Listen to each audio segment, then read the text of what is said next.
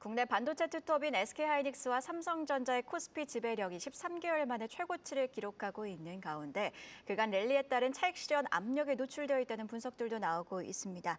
조정은 오히려 기회가 될 수 있을지 오늘 함께 분석해 보도록 할 텐데요. 류영근 대신증권 기업 리서치부 반도체 연구위원 나오셨습니다. 어서 오세요. 네, 안녕하세요. 자, 의원님 일단 이 내용부터 짚어봐야 될 것 같습니다. 최근 나온 뉴스들을 보니까 미국의 강도 높은 대중국 AI 반도체 수출 통제 조치가 이어지면서 중국의 기술 자립 굴기가 더욱더 거세지고 있는 모습입니다. 중국 기업들이 자체 AI 반도체 개발에 성공했다는 소식들도 들려오고 있는데 국내 반도체주에는 어떤 영향이 있을까요? 아직까지는 큰 영향은 없을 거라고 그렇게 생각을 하고 있고요.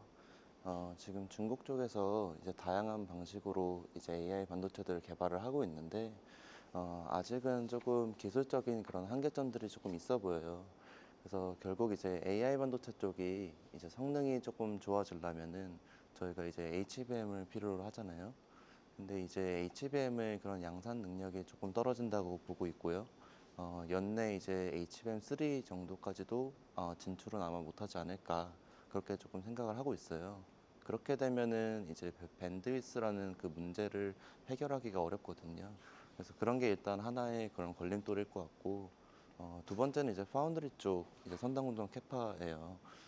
SMIC가 이제 양산을 주로 해주고 있는데, 그쪽이 이제 장비도 쇼티지고 하다 보니까 일부 제약은 좀 있을 것 같습니다. 그래서 네, 결과적으로는 네, 큰 문제는 없을 것 같습니다. 네, 정리를 좀 해보자면 기술력의 한계가 있기 때문에 아직은 큰 영향은 없을 것이다. 이렇게 진단을 해주셨고요. 자, 새로운 또 전장으로 HBM4 시장이 부각이 되고 있습니다. 글로벌 메모리 업체들의 경쟁이 치열해지고 있는 상황인데요. 지금까지는 SK하이닉스가 조금 더 우위에 있는 듯한 모습이지만 삼성전자와 관련해서도 엔비디아 납품을 위한 구분 능선을 넘겼다는 소식들 들려오고 있습니다. SK하이닉스냐 삼성전자냐 그리고 마이크론이냐 이 메모리 업계에서는 누가 좀 우위를 차지하게 될까요? 내년에도 하이닉스가 1등이라는 그 사실은 변하지는 않을 것 같아요. 다만 이제 2등을 누가 할 거냐 하는 경쟁이 굉장히 심해지고 있고요. 그래서 지금 마이크론도 그렇고 삼성도 그렇고 분발 굉장히 많이 하고 있어요. 근데 이제 삼성 같은 경우에는 HBM4 쪽 그쪽에서 이제 좀 많이 선전을 하려고 노력을 하고 있고요. 이게 이제 어떻게 될지가 제일 중요한데, 저희가 이제 말하는 그 마지막 샘플, 그러니까 커스텀 샘플이라는 그 단계가 조금 진행이 돼야지 잘 될지 안 될지에 대한 판단을 조금 명확하게 해볼 수 있을 것 같아요. 아직 뭐 최종 샘플에 대한 테스트도 안 했는데 이게 될 거다 아니면 안 될 거다 하는 거는 조금 무의미하지 않나 싶어요. 기술적으로 어떻게 이제 삼성이 많은 발전을 이렇게 했는지 그런 거야 뭐 설명이야 가능하지만, 결국 제품에 대한 채택은 고객이 하는 거거든요. 특히 HBM과 같은 그런 좀 스페셜티한 제품은 그런 경향이 더 세고요. 네, 그래서 지금은 조금 중립적으로 바라보고 있고요. 1등이 하이닉스다. 딱 그것만 불변하지 않을까 그렇게 생각을 하고 있습니다. 결국 키워드는 기술력이고 네. 또 SK하이닉스의 우위가 조금 더 예상이 된다는 의견 들어봤습니다. 자, 그리고 지금 반도체주를 둘러싼 분위기가 긍정적입니다. 모간 스탠리 하면 자연스럽게 우리 투자자들은 반도체 겨울론을 떠오르게 되는데 반도체 겨울론을 외쳤던 모간 스탠리도 입장을 바꿨고요. 메모리 슈퍼사이클에 대한 이야기들이 계속 나오고 있는 상황. 삼성전자와 SK하이닉스는 수혜가 예상되고 있는데 실적 전망은 어떻게 보시는지 그리고 향후 주가의 흐름은 어떻게 보고 계신지도 궁금합니다.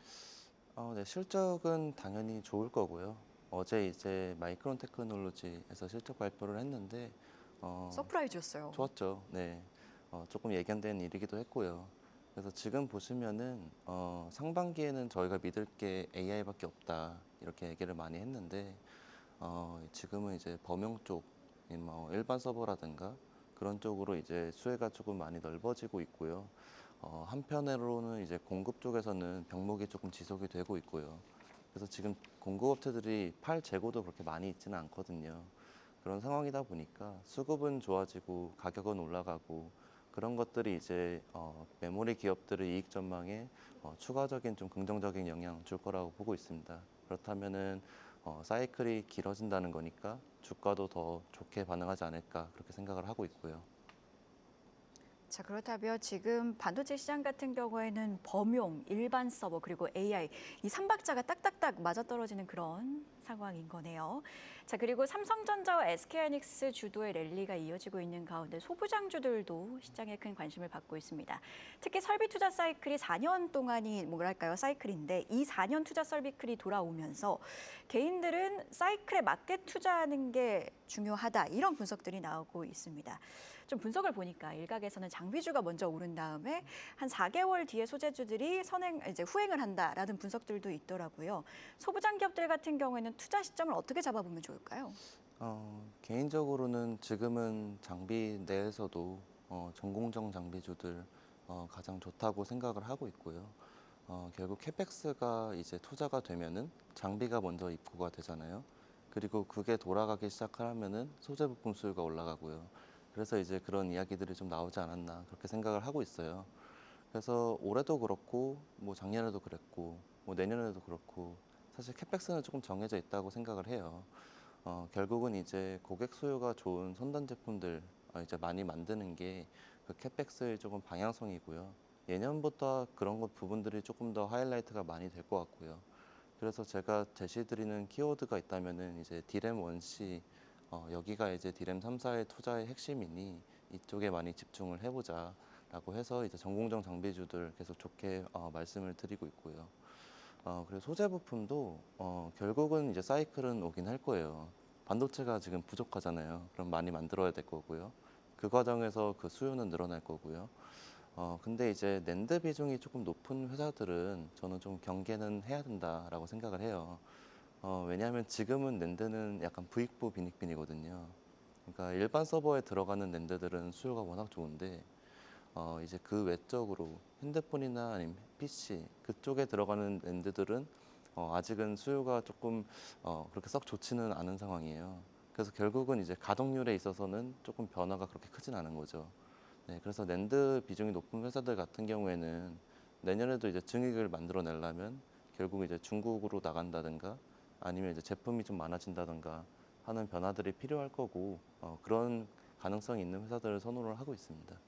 키워드는 디램 원시 공정이다. 전공정 장비주 강조를 해주셨습니다. 후공정 분야도 좀 이야기를 해야 될 것 같은데요. 첨단 패키징, 이 키워드가 업계 최대 화두로 떠오르고 있는 상황입니다. 국내 기업들의 개발 현황도 좀 궁금해지네요. 네. 보통 이제 후공정이 딱 각광받는 시점들이 있어요. 그러니까 전공정의 가성비가 조금 떨어진다 하면은 후공정이 기술 차별화의 키워드로 뜨거든요. 그게 지금의 모습 아닌가 생각이 들고요. 파운드리 업체들도 결국은 이제 자체적인 그런 어, 첨단 패키징 기술 없으면은 요즘 수주 따내기가 힘들어요. 왜냐면은 뭐 A라는 회사가 전공정만 하고 B라는 회사가 후공정만 하면은 나중에 불량이 생겼을 때 누가 책임질 거냐 그런 책임 소재 이슈가 생길 수가 있거든요. 그래서 지금 국내에서도 개발을 열심히 하고 있어요. 그래서 삼성전자 같은 경우에는 이제 아이큐브라는 기술을 가지고 있는데 그 기술 고도화 다시 조금 시작을 하는 분위기고요. 그리고 나중에 가면 이제 3D 구조의 그런 패키징 방식도 많이 부각이 될 테니 그쪽도 같이 개발을 하고 있고요. 그리고 하나마이크론이라는 회사가 있는데 2.5D 패키징 요즘 코어스라는 그 기술로 많이 통용이 되는데 굉장히 핫하잖아요. 엔비디아 만드는 데 쓰이니까. 근데 그거보다는 조금 더 가성비 있는 첨단 패키징 그런 거를 만들려고 하나마이크론은 지금 시도를 좀 하고 있습니다. 자, 그런 상황이군요. 그렇다면 지금 반도체 분야 이야기를 할 때 굉장히 많은 새로운 전장들이 미래 먹거리로 떠오르고 있습니다. 뭐 소캠도 있고 ESSD도 있고 유리기판도 있는데 이런 다양한 분야 중에서 미래 먹거리는 어디에 있다고 생각하십니까? 네, 뭐 3년 동안 HBM만 외쳤으니까 이제 좀 다른 영역도 좀 봐야 될 때는 됐는데 제 생각에는 크게 세 가지 정도인 것 같아요. 그래서 첫 번째가 이제 소캠2라는 제품이에요. 그래서 올해 보시면은 엔비디아가 이제 자기네들의 CPU랑 GPU를 결합한 플랫폼을 내고 있잖아요. 그게 이제 그레이스 CPU라는 아이템이고요. 그레이스 CPU 쪽에는 소캠이 들어갈까 말까 하다가 최종적으로는 안 들어갔었어요. 근데 내년도에 나올 베라 CPU에는 소캠2라는 그런 업그레이드 제품이 들어가게 되고요. 이렇게 되면은 탑재량도 한 3배 정도는 늘 것 같고요, 기존 대비. 그리고 이제 신제품이다 보니까 뭐 단가나 마진 그런 것도 굉장히 좋을 것 같고요. 무엇보다 한국 입장에서 본다면은 그레이스 CPU 초기 시점에는 원래 이제 마이크론이 거의 동무대였는데 이번에는 이제 삼성하고 하이닉스가 좀 공격적으로 들어가거든요. 그래서 조금 돈을 벌 수 있는 기회가 다변화되고 있다 이렇게 좀 보고 있어요. 네, 그리고 두 번째 같은 경우에는 이제 GDDR 원래 이제 좀 니치 마켓이에요. D램 생산 나오면은 한 5에서 10% 정도 하는. 근데 이제 HBM을 조금 비싸잖아요, 이게. 그러니까 이제 조금 경량화 모델들에 있어서는 GDDR 활용하려는 경향들이 있고, 이거는 삼성전자가 제일 잘하는 아이템일 것 같아요. 지금 고객 수요 나오는 그런 쪽은 삼성이 거의 동무대이거든요. 삼성이 그만큼 GDDR은 좀 좋은 기술을 가지고 있고요. 그래서 이것도 하나의 포인트가 될 것 같습니다. 그리고 마지막으로 요즘 낸드 쪽 질문들이 많아요. ESSD 어떻게 되는 거냐. 원래는 이제 하드디스크라는 그런 제품이 많이 쓰였는데 요즘 품귀 현상이 심해졌어요. 그러다 보니까 가격도 오르고 제때 구하기도 어렵고 그러니까 이제 경쟁 제품인 ESSD로 바꿔보자 하는 게 이제 북미 클라우드 업체들의 방향이거든요. 그래서 이쪽 수요도 저희가 많이 좀 봐야 될 것 같아요.